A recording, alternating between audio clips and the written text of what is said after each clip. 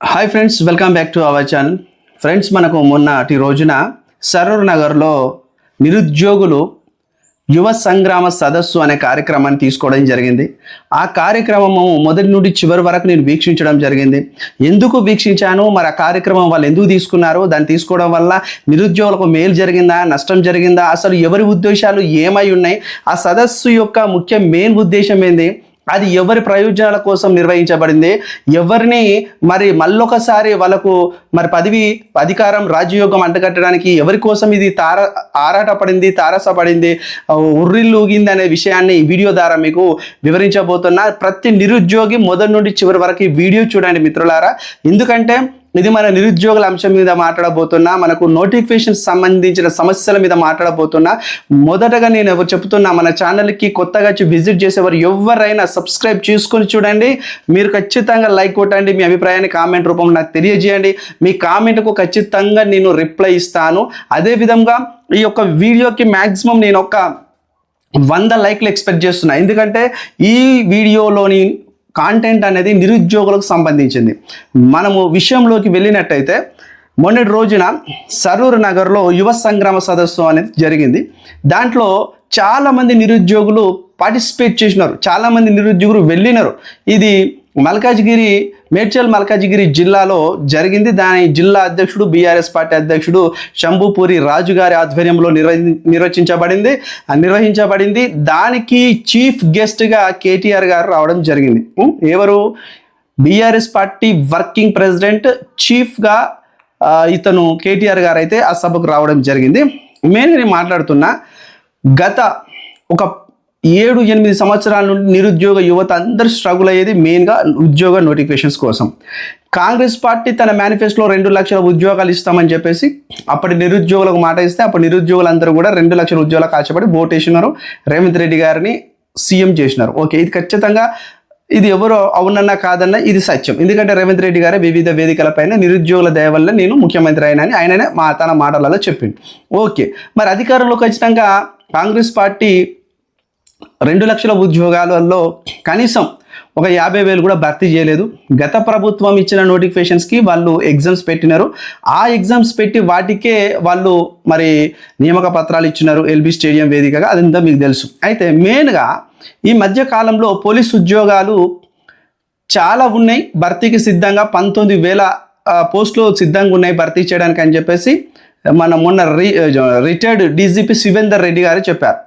శివేందర్ రెడ్డి గారు చెప్పిన తర్వాత మళ్ళీ కొత్తగా మనకు ఎవరైతే కొత్త డీజీపీ వచ్చినారో వాళ్ళు వచ్చిన తర్వాత కాంగ్రెస్ పార్టీ ఏం చేసింది, 5,000 ఉద్యోగాలు పోలీసు ఉద్యోగాలు 5,000 ఉద్యోగాలు మీకు భర్తీ చేయబోతున్నాం, దానికి నోటిఫికేషన్ రాబోతుందని వాళ్ళు మరి ప్రెస్ లీక్ ఇవ్వడం జరిగింది. దానికి మన నిరుద్యోగులందరూ కూడా చాలా బాధపడ్డారు, చాలామంది నిరసన కార్యక్రమాలు చేశారు. ఇన్ని సంవత్సరాలు వెయిట్ చేస్తే ఒక 5,000 పోలీసు ఉద్యోగాలు ఇస్తే మాకు సరిపోవని చెప్పేసి వాళ్ళు నిరసన గణాలు చేశారు, వేదికలు పంచుకున్నారు, పెద్ద వాళ్ళ దగ్గర పోయి అప్రోచ్ అయ్యారు, కలిసి మాట్లాడారు, అన్నీ జరిగినాయి. ఏదేమైనా కానీ ఒక పోలీసు ఉద్యోగ నోటిఫికేషన్ కోసం ఆశపడుతున్న వాళ్ళకి మాత్రమే కాదు, నిరుద్యోగులు డిఎస్సి కోసం ఎదురు చూస్తున్న వాళ్ళు, గ్రూప్ 1, గ్రూప్ 2, గ్రూప్ 3, అదేవిధంగా మన జూనియర్ లైన్ మెను, అదేవిధంగా మన మెడికల్ డిపార్ట్మెంట్కి వెళ్ళి కావచ్చు, అదేవిధంగా ఇంజనీరింగ్ డిపార్ట్మెంట్కి వెళ్ళి కావచ్చు, అగ్రికల్చర్ సెక్టార్ నుండి కావచ్చు, అదేవిధంగా ఎఫ్బిఓ, అదేవిధంగా ఎన్నోమెంట్ ఉద్యోగాలు, బీఎడ్ లెక్చరర్స్ ఉద్యోగాలు, జేఎల్ ఉద్యోగాలు, గురుకుల, ఇట్లా అన్ని రకాల ఉద్యోగాల కోసం ఆశపడుతున్న ప్రతి ఒక్కరు కూడా నిరుద్యోగులు రేవంత్ రెడ్డి సర్కార్ పైన కొద్దిగా అసంతృప్తితో ఉన్నారు. ఎందుకంటే 2 లక్షల ఉద్యోగాలన్నా కనీసం ఒక 10,000 ఉద్యోగాలు కూడా ఇస్తలేరు, ఎందుకు అని చెప్పేసి జాబ్ క్యాలెండర్ ప్రకటిస్తలేరు ఎందుకని చాలామంది బాధగా ఉన్నారు. దీంట్లో కొంతమంది నిరుద్యోగులు కొద్దిగా అడ్వాన్స్డ్గా ముందుకెళ్ళి వాళ్ళు రోడ్లెక్కి ధర్నాలు చేయడము, ప్రభుత్వ విధానాలను నిగ్గుదీసి చూపించడము, ప్రభుత్వం ఎందుకు జాబ్ క్యాలెండర్లు ఇస్తలేదు, ఎందుకు కాలయాపన చేస్తుంది, అసలు ప్రభుత్వం ఈ దగ్గర ఏ ఆలోచన ఉందని కొద్దిగా వాళ్ళు ఈ యొక్క నిరుద్యోగులను అవేర్నెస్ చేసే కార్యక్రమాలు తీసుకున్న క్రమంలో ఏమైపోయిందంటే చాలామంది నిరుద్యోగులు వాళ్ళు చేస్తున్న కార్యక్రమాలకు సపోర్ట్ చేసినారు. వాళ్ళ పేర్లు చెప్పని వీడియోలో వాళ్ళందరూ మీకు తెలిసిన వాళ్ళే నిన్నటి రోజున వేదిక మీద వెళ్ళి వాళ్ళు మైకులు పట్టుకొని గొప్పగా ఆ నాయకుడిని సంతృప్తిపరచడానికి, ఆ నాయకుడిని సాటిస్ఫాక్షన్ చేయడానికి చాలా గొప్ప గొప్ప స్పీచ్లు దంచుకొట్టిన వాళ్ళ గురించి మాట్లాడను. ఎందుకంటే వాళ్ళు నిరుద్యోగుల జాబితాలకి వెళ్ళి తొలగించబడరు. మీరు అనుకుంటారు ఏంది నిరుద్యోగులకు సపోర్ట్ చేసే వాళ్ళ మీద ఎందుకు ఇట్లా మాట్లాడుతున్నారు? నేను నిరుద్యోగుల మీద సపోర్ట్ చేయండి, ఎప్పుడు సపోర్ట్ చేస్తే నేను వాళ్ళ సపోర్ట్ చేస్తానంటే వాళ్ళు ఒక మేధావి వర్గాన్ని ముందు పెట్టుకొని నడిచి ఆ మేధావి వర్గం చేత వీళ్ళు ఆ యొక్క సలహాలు సూచనల మేధావి వర్గం సలహా సూచనల ముందు పెట్టుకొని నడిచి ప్రభుత్వాన్ని అప్రోచ్ అయ్యి ప్రభుత్వాన్ని కలిసి సీఎం గారితోనూ ఇంకెవరితోనూ కూర్చొని మాట్లాడే స్థితి తెచ్చుకున్నప్పుడు వాళ్ళని నేను అప్రిషియేట్ చేస్తా. వీళ్ళు ఏం చేసినారంటే మునుపటి నుండి రేవంత్ రెడ్డి యొక్క పరివారం మొత్తం క్యాబినెట్ మినిస్టర్లు కావచ్చు, ఎమ్మెల్యేలు కావచ్చు, ఎమ్మెల్సీ కావచ్చు, ప్రతి ఒక్కరు ఇప్పటి వరకు నిరుద్యోగులకు నోటిఫికేషన్ ఇవ్వకపోవడానికి ప్రధాన కారణం ఏంటంటే వాళ్ళు ఒకటే అంటున్నారు, పింక్ పేడ్ బ్యాచ్లతోని నిరుద్యోగుల పక్షాన మేము ఉన్నామని చెప్పేసి లొల్లులు పెట్టిస్తున్నారు, నోటిఫికేషన్లు అడిగిస్తున్నారు. పేడ్ బ్యాచ్లతోని నిరుద్యోగులు అని చెప్పేసి వాళ్ళు రంగు పులిమే మా ప్రభుత్వం యొక్క ప్రతిభను దెబ్బతీసే విధంగా బీఆర్ఎస్ చేస్తున్న కుట్ర ఇది అని చెప్పేసి వాళ్ళు లొల్లు పెడుతున్నారు ఫస్ట్ నుండి.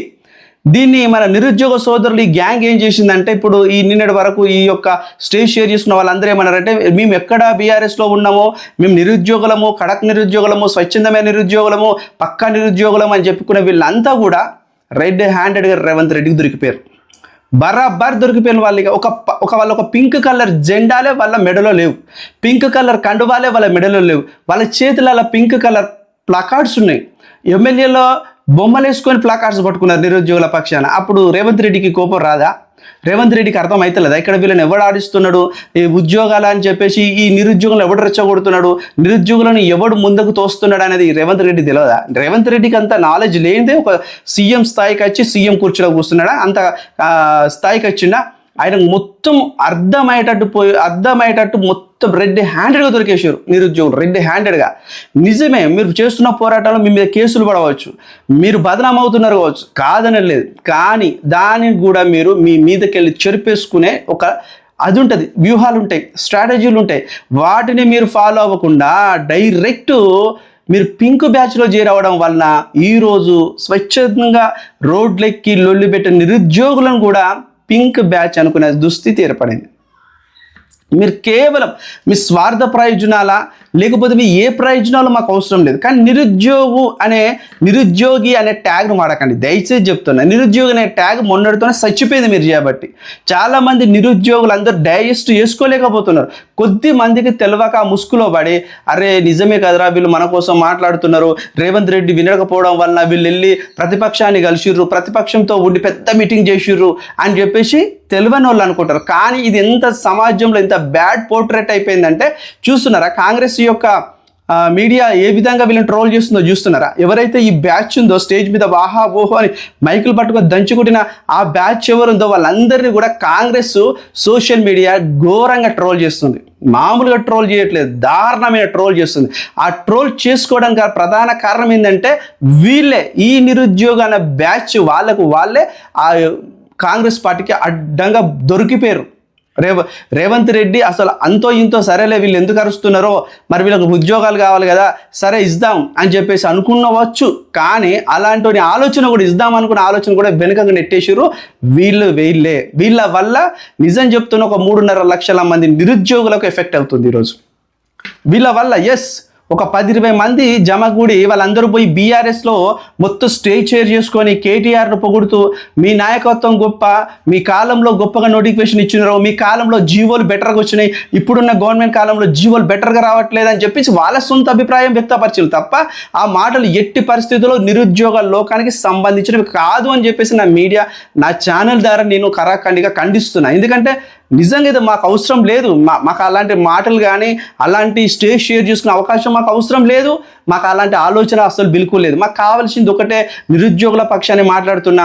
ఖచ్చితంగా రేవంత్ రెడ్డి ప్రభుత్వం 2 లక్షల ఉద్యోగాలు ఇవ్వాల్సిందే, అందులో గ్రూప్ 1 ఇవ్వాల్సిందే, గ్రూప్ 2 ఇవ్వాల్సిందే, గ్రూప్ 3 ఇవ్వాల్సిందే, ఫారెస్ట్ బీట్ ఆఫీసర్స్ కావచ్చు, ఎండోమెంట్ ఆఫీసర్స్ కావచ్చు, డిఎస్సి కావచ్చు, పోలీసు 19,000 ఉద్యోగాలతో నోటిఫికేషన్ ఇవ్వాలి.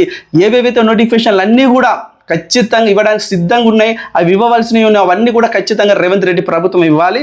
అంతే. మా నిరుద్యోగుల ప్రధానమైన డిమాండ్ అదే. మాకు ఏ పార్టీలతో సంబంధం లేదు. బీఆర్ఎస్ ఎవడు, మాకేం అవసరం? మీరు అందరూ పోయి అక్కడ కూర్చొని జిందాబాద్ జిందాబాద్ అంటే న్యూట్రల్గా మాకు ఏ పార్టీతో సంబంధం లేనివాడికి ఎంత మనసు నొచ్చుకుంటుంది, ఎంత బాధ అనిపిస్తుంది.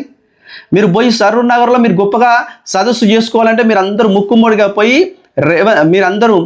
పోయి కేటీఆర్తో కండువాలు కప్పించుకోండి. మెడల కండువాలు కప్పించుకొని వాళ్ళ ఏదైతే బీఆర్ఎస్కి ఒక వింగ్ ఉంటుంది, విద్యార్థి వింగ్ అని ఉంటుంది, ఆ వింగ్లో జాయిన్ కాండి. లేకపోతే యూత్ వింగ్ ఉంటుంది, ఆ వింగ్లో జాయిన్ కాండి. జాయిన్ అయ్యి బీఆర్ఎస్కు సర్వీస్ చేసుకోండి. రేవంత్ రెడ్డిని గద్దెను దింపడానికి కేటీఆర్ను పట్టుకొచ్చి ముఖ్యమంత్రి చేస్తానన్నారు కదా, ఆ పనికి పూనుకోండి. అంతే తప్ప మీరు నిరుద్యోగులు వేషం వేసుకొని నిరుద్యోగులు మోసం చేసి ముసుగుతో వచ్చి మీరు దారుణంగా ఈ యొక్క నిరుద్యోగులందరి ఓట్లు మీరే చేపిస్తాం, నిరుద్యోగులందరితోనే మేము కేటీఆర్ను ముఖ్యమంత్రి చేస్తామంటే ఇవి కుదరదు. ఇలాంటి ఆలోచనలు బంద్ పెట్టండి, ఇలాంటి మాటలు బంద్ పెట్టండి. అలాంటి మాటలకి మాలాంటి నిజమైన నిక్కచ్చని నిరుద్యోగులకు ఎలాంటి సంబంధం లేదు. 100% నా మాటతో ఏకీభవించే వాళ్ళు కామెంట్ చేయండి. మనకు కావాల్సింది ఏంది? నోటిఫికేషన్స్ కావాలి. ఎవరినో నాయకుడు ఎందుకు పొగడాలి? కేసీఆర్ తక్కువ చేసిండా? కేసీఆర్ తన 9-10 సంవత్సరాల కాలంలో ఎన్ని నోటిఫికేషన్స్ ఇచ్చిండు? ఎంతమందికి ఉద్యోగాలు కల్పించిండు? మా అంటే పోలీస్ నోటిఫికేషన్స్ ఇచ్చిండు, నేను కాదంటే లేను. ఎన్ని గ్రూప్ 1 వేసిండు, ఎన్ని గ్రూప్ 2 వేసిండు? ఒక్క గ్రూప్ 2 వేసిండు అంతే. ఒక్కటే ఒక గ్రూప్ 2. గ్రూప్ 3 వేసిండు, ఒక్కటి వేసిండు, దిగిపోయిండు. డిఎస్ ఏడేసిండు. అది మనకు జోనల్ సిస్టమ్ అని బట్టుకొచ్చి 3 సంవత్సరాల కాలయాపన చేసి చాలామందికి వయో పరిమితి లాస్ చేసేటట్టు చేసిండు. అసలు నిరుద్యోగులు అంటేనే పట్టించుకోలే కేసీఆర్ హయాంలా నిండు శాసన సభల ఏం జరిగింది? అప్పుడు డిప్యూటీ సీఎంగా ఉన్న కడియం సిఆర్ ఒక మాట అంటాడు, నిండు అసెంబ్లీ సెషన్లో డిఎస్సి వేయకపోయి ఉంటే భూకంపం వస్తుందా, భూమి కింద పడుతుందా, ఆకాశం విరిగి కింద పడుతుందా అని మాట్లాడిండు. అంత చీఫ్గా నిరుద్యోగులను హేళన చేసిన వాళ్ళను మీరు ఎప్పుడు నిరుద్యోగులను హేళన చేయలే, మీరు ఎప్పుడు నిరుద్యోగులను ఇన్సల్ట్ చేయలే. బీఆర్ ఈజ్ గ్రేట్ పార్టీ అన్నాడు మాట్లాడారు. ఒక రేవంత్ రెడ్డి ఆయన మాట్లాడిన మాటని సమర్థిస్తలేదు, ఆయన కూడా తప్పే మాట్లాడాడు. ఎంట్రీ డబ్బాలు పెట్టుకొని తాగండి, అది చేయండి, ఇది చేయండి అనేది కూడా ఆయనది కూడా తప్పే. నేను కాంగ్రెస్ ఫేవరబుల్గా మాట్లాడడం లేదు, కాంగ్రెస్కి నాకు సంబంధం లేదు. నేను న్యూట్రల్గా ఒక నిరుద్యోగిగానే మాట్లాడుతున్నా. అధికారంలో ఉన్నోని కొట్టాలంటే ఒక వ్యూహంతో పోవాలి, నిరుద్యోగుడు ఆలోచనతో పోవాలి, ఒక ఇంటెలెక్చువల్ పీపుల్స్ని ముందర పెట్టుకోవాలి, మేధావుల ముందర పెట్టుకొని పోవాలి. ప్రతిపక్ష బీఆర్ఎస్ని పట్టుకొని పోతే ఇప్పుడు ట్రోల్ అయిపోతుండే మీరంతా. తొలి వెలుగు రఘు కూడా మాట్లాడుతుండు. తొలి వెలుగు రఘు ఇలా మార్నింగ్ న్యూస్లో సిగ్గు తీసేసాడు వీళ్ళందరిది. ఎందుకంటే తొలి వెలుగు రఘు యొక్క స్టూడియోకు వీళ్ళందరూ పోయి మాట్లాడేటోళ్ళు. 46 పైన, 029 పైన, ప్రతి 0 పైన ఆయనే మార్నింగ్ న్యూస్లో వీళ్ళు పోయి మాట్లాడి వీళ్ళ బాధను గోడును ప్రజలకు చెప్పేటోళ్ళు. తద్వారా ప్రభుత్వానికి తెలుస్తుందని. ఇప్పుడు అయినా కూడా అంటాను, మీరు ఏం సాధించిండ్రు? మీరు పోయి డైరెక్ట్ కేటీఆర్ దగ్గర కూర్చోవడం ఏంటి? మీరు రెడ్ హ్యాండెడ్గా దొరికిపోయినారు. మిమ్మల్ని ఎవరు నమ్ముతారు? మిమ్మల్ని ఎవడు పంపించిండు? మీరు ఎందుకు ఇలాంటి దుస్సాహసం చేసిర్రు? ఎంత దారుణాన్ని కూడిగట్టిరు మీరు అని చెప్పేసి ఆయన కూడా మాట్లాడాడు.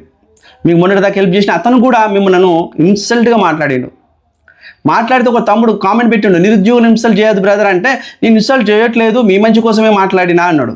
ఆయన చాలా హర్ట్ అయిపోయాడు. ఎందుకు తెలుసా? ఆయన కాంగ్రెస్ ఫేవరబుల్గా మాట్లాడతారు కాబట్టి, ఆయనకు బీఆర్ఎస్ అంటే నచ్చదు కాబట్టి, బీఆర్ఎస్ దగ్గరికి పోకుండా నువ్వు సిపిఎం దగ్గరికి పోతే సంబరపెట్టాడు.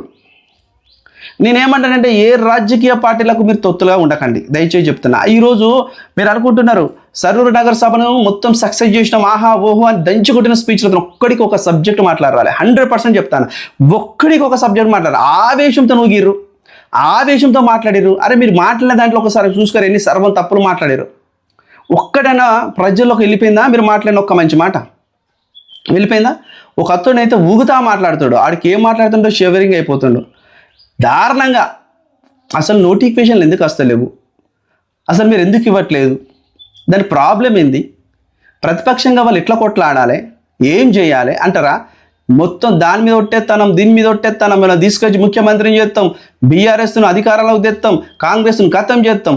మీరేమన్నా రాజకీయ నాయకులా? మీరు వాగ్దానాలు చేయడానికి, లేకపోతే నిరుద్యోగుల? మీరు కాంగ్రెస్ను కూడగొడతాం అంటే మీరు ఖచ్చితంగా బీఆర్ఎస్ నాయకులు అయిపోయారు. మీరు బీఆర్ఎస్లో చేరగాండి, అఫీషియల్గా చేరగాండి. మొన్న ఇంకో విషయం, వీళ్ళందరూ కూడా మొన్న మన జూబ్లీ హిల్స్లో బై ఎలక్షన్స్ వచ్చినాయి. బై ఎలక్షన్స్లో నిరుద్యోగుల పక్షాన మేము నిలబడతాం, పోరాటం చేస్తాం, కొంతమంది గ్యాంగ్ తిరిగిరు. వాళ్ళట చిన్న శ్రీశైలంను ఒక ప్యాకేజ్ అడిగారంట, మేము పోటీ చేయకుండా ఉండాలంటే మీ కాంగ్రెస్ పార్టీ మీకు టికెట్ ఇచ్చింది, దాని గురించి మేము మాట్లాడకుండా వాళ్ళ లోపాలను వాళ్ళ తప్పులను ఎత్తి ప్రజలకు చెప్పకుండా ఉండాలంటే మాకు 10 లక్షల ప్యాకేజ్ ఇవ్వండి. ఎంత దరిద్రం! నిరుద్యోగులతో బిజినెస్ చేస్తున్నారా? నిరుద్యోగుల ఓట్లతోనే చీచి నిరుద్యోగుల ఓట్లతోనే ప్యాకేజీలు మాట్లాడుకుంటారా? ఎందుకురా బాబు నాయన మీకు ఇంత నీచమైన బుద్ధులో? అరే నిరుద్యోగుడు అంటాడు ఒక ఆట వస్తువా? నిరుద్యోగం అనేటోడు అంగట్లో సరక? అరే దారుణం ఉన్నారు కదా. ప్రతి ఒక్కరు మైండ్ అంతా పొల్యూట్ అయిపోయింది. ఉమ్మడి ఆంధ్రప్రదేశ్ రాష్ట్రంలో ఇలాంటివి జరిగినాయా? ఉమ్మడి ఆంధ్రప్రదేశ్ రాష్ట్రంలో ఏదన్నా ఏపీపీఎస్సీ ఉన్నప్పుడు రోడ్డుకి లొల్లి పెట్టాలంటే కూడా సమస్య సాల్వ్ అయ్యేది కాదు. ఎందుకంటే అప్పుడున్న సిచ్యువేషన్లో చాలా స్ట్రిక్ట్గా ఉండేటోళ్ళు పోలీసు వాళ్ళు, సీఎంలు కూడా చాలా స్ట్రిక్ట్గా ఉండేవాళ్ళు. ఇప్పుడు మీకు అంత లేదు ఇక్కడ. ఇప్పుడు ఏమైనా ట్రాన్స్పరెన్సీ వచ్చేసింది, టీజీపీఎస్లో ఒక ట్రాన్స్పరెన్సీ వచ్చేసింది. ఏం జరుగుతుంది, ఏం జరగబోతుంది, ఎన్ని నోటిఫికేషన్స్ ఇవ్వబోతున్నామని వాళ్ళు ప్రెస్ మీట్ పెట్టి మీకు చెప్పేస్తున్నారు కదా ప్రతిదీ. 10 సంవత్సరాల బీఆర్ఎస్ ప్రభుత్వం వల్ల మరి గ్రూప్ 1 పేపర్ లీకేజ్ అయింది. రేవంత్ రెడ్డి ఏమంటాడు, పేపర్ లీకేజ్ అయింది, ఎవడో దొరకబట్టలే, మేమే దొరకబట్టడం మా ప్రభుత్వం. తప్పు కదా, నువ్వేడ దొరకబట్టినావు రేవంత్ రెడ్డి? పేపర్ లీక్ అయిందని చెప్పేసి అప్పుడు దొరకబట్టింది కూడా నిరుద్యోగులే, అప్పుడున్న నిరుద్యోగులే, అప్పుడు రాసిన గ్రూప్ 1 ఉద్యోగం రాసిన నిరుద్యోగులే దొరకబట్టిర్రు. నువ్వు దొరకబట్టలే, నీ శాతన కాలే. పాపం తన సర్వీస్ మొత్తంలో ఎలాంటి మరక మచ్చ లేని జనార్దన్ రెడ్డి పైన మచ్చేసారు మీరు. పాపం అతన్ని నైటే కాంగ్రెస్ గవర్నమెంట్ అధికారం రాగానే తీసుకుపోయి ఎక్కడో పడేసారు. పనికి రాని డిపార్ట్మెంట్కి అప్పచెప్పారు. ఆయన మంచి ఐపీఎస్లను ఐఏఎస్లను ఇష్టం వచ్చినాడు వాడుకొని వదిలేసింది మీరు కాదా? అరే బీఆర్ఎస్ సభ లెక్క కనిపించింది నాకు అక్కడ. అది సరూర్ నగర్లో యువ సంగ్రామం, అది బీఆర్ఎస్ సంగ్రామ సభ లెక్కున్నది, బీఆర్ఎస్ యూత్ సంగ్రామ సభ లెక్కున్నది. ఎంత దారుణము! అక్కడ కేటీఆర్ ఉంటారు, అక్కడనే తలసాని శ్రీనివాస్ గారు ఉంటారు, అక్కడనే పెద్దోళ్ళు బీఆర్ఎస్లో మంత్రులుగా పనిచేసిన పెద్దలే ఉంటారు. సబితా ఇంద్రారెడ్డి గారు, పెద్దోళ్ళు మొత్తం బీఆర్ఎస్ క్యాడర్ పెద్ద టీం మొత్తం ఆడనే ఉంది. నెంబర్ 2 క్యాడర్ టీం అంతా ఆడనే ఉంది. నాకు నవ్వు వచ్చింది. చిన్న పిల్లల్ని ఒక 26, 28 పాపం వాళ్ళకు సమాజం అంటే తెలియదు, వాళ్ళు రెచ్చగొట్టి పట్టుకొచ్చి పెట్టే పిల్లల లెక్క కనిపిస్తున్నారు. దయచేసి చెప్తున్నా, మీ రాజకీయ లబ్ధిల కోసం, మీ రాజకీయ దురుద్దేశం కోసం నిరుద్యోగి అనే ట్యాగ్ లైన్ పదాన్ని వాడకండి. 100% చెప్తున్నా, వాడకండి. ఆ హక్కు ఎవరికి లేదు. మీరు ఇప్పుడు తెలంగాణ రాష్ట్రంలో టీజీపీఎస్ దగ్గర 30 లక్షల మంది రిజిస్టర్ అయి ఉన్నారు. దాంట్లో యాక్టివ్ ఉన్న వాళ్ళు ఒక 6 లక్షల మంది ఉంటారు. అప్లికేషన్ చేసే వాళ్ళు ఒక 4.5 లక్షల మంది ఉంటారు. ఆ 4.5 లక్షల మంది గొంతుక మీరు గారు నిరుద్యోగులుగా. 4.5 లక్షల గొంతుకలు వేరే ఉంటాయి. వారికి ఏ పార్టీలతో సంబంధం లేదు. వాళ్ళ ఆలోచన ఒక్కటే, ఒక నోటిఫికేషన్ వస్తే ఒక ఉద్యోగం సాధించుకుంటాం, హ్యాపీగా ఉద్యోగాలు చేసుకుంటాం అని వాళ్ళ ఆలోచన ఒకటే ఉన్నది. కానీ మీరు ఎవడు అధికారంలో ఉంటే వాని తొత్తుకు జిందాబాద్, వాడు మోసం చేస్తే ప్రతిపక్షం దగ్గర పోయి వాన్ సంకల దూరి జిందాబాద్. ఎల్బీ నగర్ మాజీ ఎమ్మెల్యే సుధీర్ రెడ్డి గారు, ఆయన అప్పుడు బీఆర్ఎస్ ఉన్నప్పుడు హెల్ప్ చేసిండు నిరుద్యోగులకి, ఇప్పుడు కూడా హెల్ప్ చేస్తుండ్రు. ఆయనలో మంచి కమిట్మెంట్ ఉంది. ఇంకా రాకేష్ రెడ్డి గారు మా వరంగల్, ఆయన మొన్న నల్గొండ, ఖమ్మం, వరంగల్ పట్టభద్రులకు పోటీ చేసిండు, ఓడిపోయిండు. ఇప్పుడు ఆయనను పట్టుకున్నారు వీళ్ళంతా. ఆయన పట్టుకొని పాపం ఆయన డబ్బులు పెడతా అంటాడు వీళ్ళకు, ఏ మూమెంట్కైనా డబ్బులు పెడతా ఉంటాడు. పాపం ఆయన వీళ్ళ కేసులు వీళ్ళ మీద పడితే ఆయన బెయిల్స్ ఇప్పిస్తాడంట. అలాంటి మంచి వ్యక్తి, అలాంటి సర్వీస్ చేసే వాళ్ళని మీరు దాచుకొని బ్యాక్ ఎండ్లో వాళ్ళని పెట్టుకొని మీరు ముందుకు స్వచ్ఛందంగా, మీరు ఇప్పుడు కాక్రోచ్ జనతా పార్టీ లెక్క ఒక పేరు పెట్టుకొని ముందుకు నడిస్తే బాగుండేది కదా. డైరెక్ట్ పోయి బీఆర్ఎస్ పార్టీలనే జాయిన్ అయ్యేటట్టు అయిపోయింది. నేనేం మాట్లాడుతున్నానంటే, ఆ సభకచ్చి మాట్లాడిన ప్రతి నిరుద్యోగిని ఆవేదన, ఆ సభకచ్చి మాట్లాడిన, స్టేజ్ షేర్ చేసుకుని మాట్లాడిన ప్రతి నిరుద్యోగిని బాధ, ఆ గుండె లోతులో ఉన్న బాధ, వాళ్ళ మనసులో ఉన్న వ్యధ అంతా నాకు అర్థమైంది. చాలా మనసులో బాధ అనిపించింది. ఇంత స్ట్రగుల్ అవుతున్నారు ఉద్యోగ నోటిఫికేషన్ లేక అని. కానీ మీ స్ట్రగులింగ్, మీ బాధ ఇప్పుడు ఎవ్వడు కూడా పట్టించుకోకుండా ఉండిపోయింది. పనికి రాకుండా వ్యర్థమైపోయింది మీ పిచ్చి ఆలోచన, మీ పిచ్చి అనార్థమైన ఆలోచనతో. బీఆర్ఎస్ అంటేనే ఎవరికి ఇష్టమే లేదు. ఓ బీఆర్ఎస్ పార్టీ ఎందుకు, ఇంకో పార్టీ ఎందుకు, ఇంకో పార్టీ ఎందుకు? నిరుద్యోగులు చేసే ప్రోగ్రాంలల్లా ఫస్ట్ వీళ్ళందరూ నోటిఫికేషన్స్ కోసం ఫస్ట్ కొత్తలు వీళ్ళంతా ఏం చేసేదంటే ఒక మేధావులను తీసుకొచ్చేటోళ్ళు. బక్క జడ్సన్ గారిని, కోదండరామ్ని, కొంతమందిని పట్టుకొచ్చేటోళ్ళు. కొన్ని రోజుల తర్వాత మీడియాలో ఉన్న పర్సన్స్ ఇన్వైట్ చేశారు. తొలి వెలుగు రఘును, కొంతమంది మీడియా పర్సన్స్, అట్లా ఒక 3-4 మూమెంట్లు చేశారు. అవన్నీ అటర్ ఫ్లాప్ అయిపోయినాయి. ఇక చివరిగా ఇట్లా చేసారు. ఇది పెద్ద హిట్ అయిపోయింది. కానీ ఇది హిట్ అయింది కేవలం పింక్ బ్యాచ్లో హిట్ అయింది, వేరే ఎక్కడ హిట్ కాలే. నేనేమంటానంటే దారుణంగా నిరుద్యోగులు మోసం చేశారు మీరు అందరూ. సరూర్ నగర్కి చాలామంది నిరుద్యోగులను తరలించారు. వాళ్ళ ఇష్టం, వాళ్ళ ఇష్టం. కానీ ఎవరైతే ఏ పార్టీకి సంబంధం లేకుండా నోటిఫికేషన్ వస్తే చాలని చదువుకుంటున్నారో వాళ్ళు స్వచ్ఛమైన నిరుద్యోగులు. వాళ్ళు రోడ్ ఎక్కరు, మీరు మాట్లాడరు, మీరు ఇంట్లోనే ఉంటారు. ఎస్, నిరుద్యోగుడికి రాజకీయాలు అవసరం లేదు. నేను చెప్తాను, చేస్తే నువ్వు రాజకీయం చేయి, లేకపోతే చదువుకొని ఉద్యోగం చేయి. రోడ్ ఎక్కుతేనే వాడు మొత్తం నిజాయితీ పరుడైన నిరుద్యోగుడు అంటే కరెక్ట్ కాదు. చూసిర్రా కేటీఆర్ కార్లకి ఒక అమ్మాయి దిగుతా ఉంటుంది, ఆమెను ఎంత ట్రోల్ చేస్తారు కాంగ్రెస్ వాళ్ళు వాళ్ళ సోషల్ మీడియాలో. బీఆర్ఎస్ పేడ్ బ్యాచ్ అని. పాపం ఎందుకు ఇవన్నీ మీకు? అలాంటి మీరు మీ పైన బురద జల్లించుకుంటే మాలాంటి నిరుద్యోగులందరూ కూడా బాధపడుతున్నారు మిమ్మల్ని చూసి. అంతే తప్ప వేరే దురుద్దేశం నాకు లేనే లేదు. మీరు కూడా మంచి నా ఫ్రెండ్స్ లాంటి వాళ్ళే, మీరు కూడా నిరుద్యోగులే. కానీ మీ ఆలోచన, మీ థాట్స్ రాంగ్ వేలో పోతున్నాయన్న బాధ. అంతే తప్ప ఎవరిని కించపరచడానికో, ఎవరి మూమెంట్ను తప్పుపట్టడానికి కాదు. మీ మూమెంట్ రైట్ అని మీరు అనుకుంటున్నారు, రైటే. కానీ ఆ వేలో పోకుంటుంటే బాగుండు అనేది మా ఆలోచన. ఎందుకంటే మీరు ఆ రూట్లో పోవడం వల్ల నిరుద్యోగులందరినీ కూడా వాళ్ళు, అధికార పార్టీ వాళ్ళు, ప్రభుత్వం అంతా కూడా ఆ విధంగానే ఆలోచిస్తుంది. బీఆర్ఎస్ నడిపిస్తుంది, వీళ్ళకి ఇవ్వద్దు, ఉద్యోగాలు ఇవ్వద్దు, బీఆర్ఎస్ ఆడిస్తున్న డ్రామా. వీళ్ళకి ఎందుకు ఇవ్వాలి నోటిఫికేషన్స్? ఇద్దాం, నిమ్మలాంగి ఇద్దాం అనే కాడికి వస్తుంది. ఎందుకు ఇయ్యరు, మీరు ఎందుకు భయపడుతున్నారు? క్వశ్చన్ చేయండి. ఎస్, క్వశ్చన్ చేస్తాం. ఇచ్చటోడే లేనప్పుడు నువ్వు క్వశ్చన్ చేస్తే ఏమొస్తుంది? పోరాడాలి, సమీకరించాలి, పోరాడాలి. కానీ ఇట్లా కాదు కదా, ప్రభుత్వంకి అర్థమైతే లేదా అలా రాజకీయ దురుద్దేశం ఉన్నదని. మిత్రులారా, ఈ వీడియో నచ్చినట్టయితే లైక్ చేయండి, కామెంట్